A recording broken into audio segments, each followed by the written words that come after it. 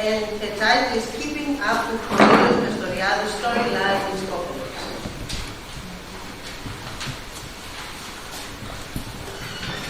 Good evening, everyone. My name is Ηρώ Μελαχροινακη, and I want to thank Mr. Melakhakis for this invitation and the opportunity to present Κορνήλιου Καστοριάδη Storyline in ΣΚΟΠΕΛΟ, my place of origin. Κορνήλιου Καστοριάδη is considered to be one of the great modern Greek thinkers and world philosophy, born in Istanbul on 1922, died in Paris on 1997. His work includes many fields of science, has an unusual scope, philosophy, politics, psychoanalysis, sociology, etc., and is characterized by synthesis in thought, strength in argumentation, boldness and originality in conception, clarity and clarity in conceptualization, and in the analysis. Sometime before 1970s, Kastoriadis visited ΣΚΟΠΕΛΟ and was examined.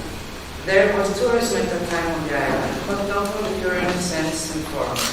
He was won over by the nature, the people, the quietness, the beaches, and the whole dream-like, as he called it, ΣΚΟΠΕΛΟ scenery. Thus, in 1971, he decides to buy a house on the island, an old mansion, which he renovates. In that year, he did not come to Greece under his real name because of the ransom of the government of the colonies.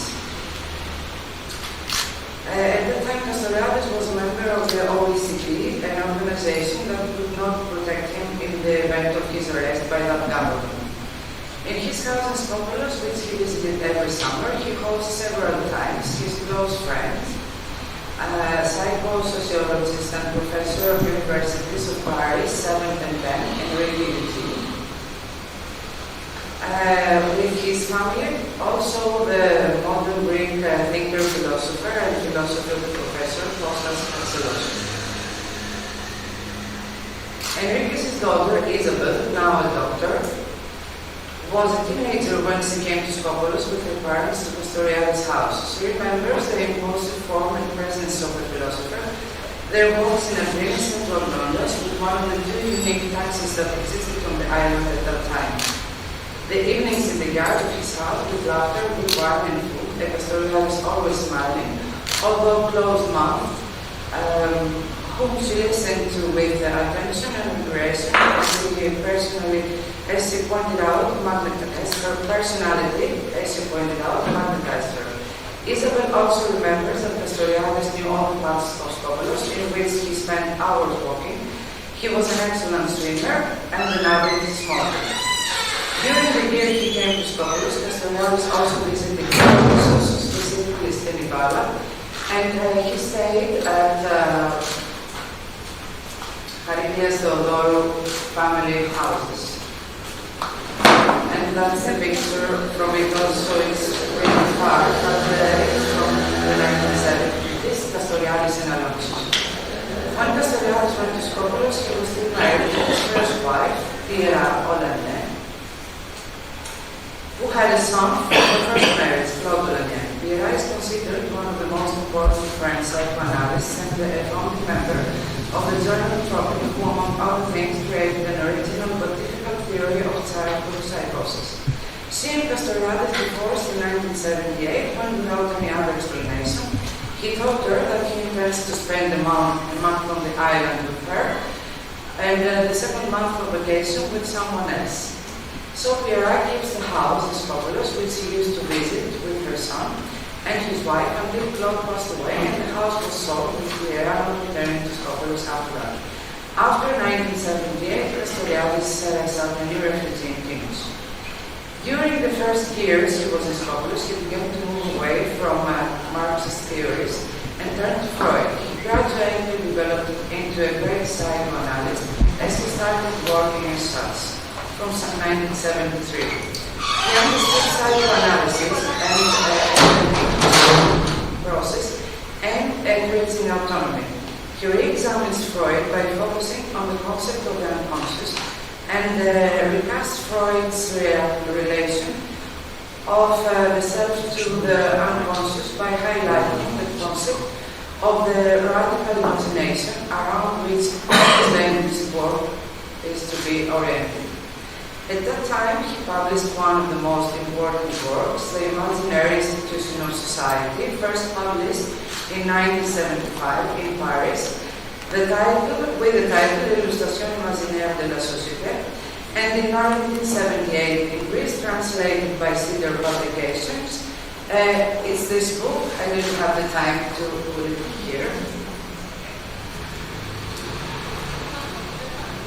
This work, which established him as a great thinker, was written in Scopelo, according to the testimony of Isabel Enriquez, Pomart, who lived his writing closely. This is a book divided into two parts. In the first, he deals again with the dialectical continuation of his text, Marxism and Revolutionary Theory, a text part of which was first published in the journal Socialism or Barbarie in 1965 in Paris. He deals with it again to complete his thinking and ideas on the idea of history as a creation from scratch of institutionalizing and institutionalized society as its own work of the social historical as a way of being unrecognized by hereditary thinking.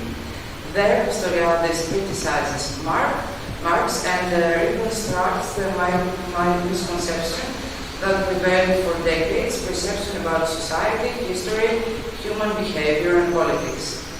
Historical materialism cannot understand society and history because it mechanically links technical economy components with realization of society and institutions. In other words, technology and economics are the engine of history. Another negative point of the Marxist theory, which is against Kastoriadî, is the absolutization mainly of the economic factor, which determines, according to Marx, the formation and development of productive and social relations. Consequently, theory is absolutized and reality is trapped in it.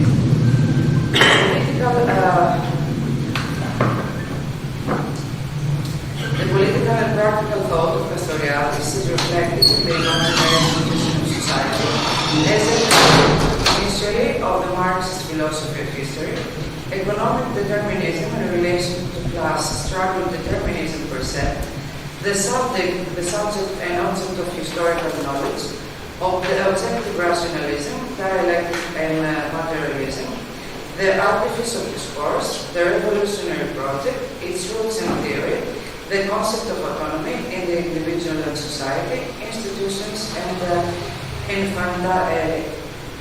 imaginative meanings are some of the issues he deals with. He re-examines the relationship between knowledge and action and defines the concept of imagination as a central axis of his work and puts it in the service of autonomy. Autonomy in Kastoriadî is perceived as a self-management.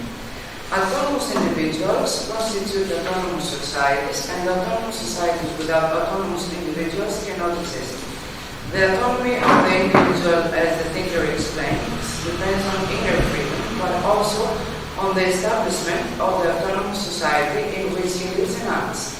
This possibility of individual freedom and action is initially dependent on society.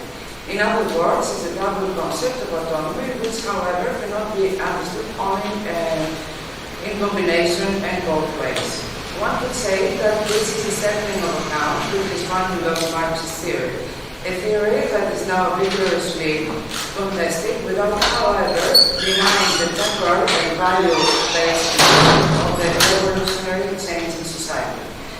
Kastoriadî clarifies in the imaginary institution of society terms of Marxists and communists such as revolution or socialism, which have a special meaning for Kastoriadî, and should not be confused with the meaning they had at that time in the 1950s or 60s, nor with the market meaning they have today in their ideology of communist, socialist, or communist formations. This book unfolds a new understanding of man, history, and society, new essential principles for the existence and creation of being. But in order to talk about the new theology, the main principles of Western thought should be overturned from ancient Greece to the theory of the structuralists of the 20th century, a difficult undertaking which Kastoriadî accomplishes as he manages to pass not only from philosophical and historical point of view, but also also from many scientific branches and fields of science: mathematics, physics, linguistics, semiotics, psychoanalysis, epistemology, economics, sociology, ethnology, political theory, but also political history of East and West. In the second part of the book, Kastoriadis tells his thought on the socio-historical becoming of society. The question there is explanation, interpretation, and understanding of socio-historical establishment and human action. Kastoriadis tries to free theory and practice from the chains of Marxism and lay a foundation for society, history, man, and politics. The imaginary institution of society is easier to understand if it is seen as an attempt to answer certain questions, as Professor of Philosophy George Monod points out. For example, in Chapter 1, he tries to answer what is wrong with Marx's theory through his criticism of it. In Chapter 2, he points forwards the autonomy of practice as an interpretation of reality, a reality that cannot be explained by the closed theory of Marxism. In Chapter 3, he analyzes how the importance of an imaginary society institutionalizes society and saves history. In Chapter 4, the socio-historical set is an imaginary society. At the same time, he talks about the new perspective of time, the basic characteristic and essence of which, according to Kastoriadis, is creation. In the next chapter, he deals with the inability of traditional thought to understand the specific of socio-historical becoming. It is determined there that this weakness lies in the one-sidedness and inability of traditional thought to grasp this socio-historical becoming. But how is a person institutionalized society? How is their soul socialized? He answers these questions in the other chapter based on Freud's theory, where he analyzes the phases of this socialization, as well as the theory of metamorphosis, according to which the soul is formed without the influence of traditional thinking and the correctness of speech. Thus, in the next chapter, he counter-proposes the social fantasy dimensions, the logic of the social fantasy elements, and the institutionalizing society, which are always based on the fantasy. In this way, the thinker succeeds in introducing a new ontology, that of historical becoming, which is created by the social imaginary principle. The social imaginary is what constitutes the institutions and origination of society, which is why traditional thought based on logic and causality does not succeed, according to Kastoriadis, in capturing and interpreting the essence of social historical being. This tells us that only the imaginary dimension of society, of social imaginary meanings, can achieve this. As Kastoriadis himself defines and interprets the radical fantasy, is a social-historical and a soul body. As social-historical, it is an open reader of the anonymous collective. As a soul body, it is a performative everything in the social-historical exposition, creation, ontoprax, we call social imaginary in the first sense of the term of institutionalizing society. Whatever in the soul body is for disposition, creation, ontocracy, we call radical imagination. As closer for my presentation, I have decided to read the personal testimony and opinion about Kastoriadis of the philosophy professor Mr. George Monod, who had personally met Kastoriadis and who, like the great thinker, also has been spending his summers in his house in Scotland. Kastoriadis was an open mind, free, unprejudiced, with the power of arguments and boldness of opinions that challenged you to dialogue. Contact with him on a philosophical level was life-giving and creative, while personally discipleship was particularly instructive and liberating.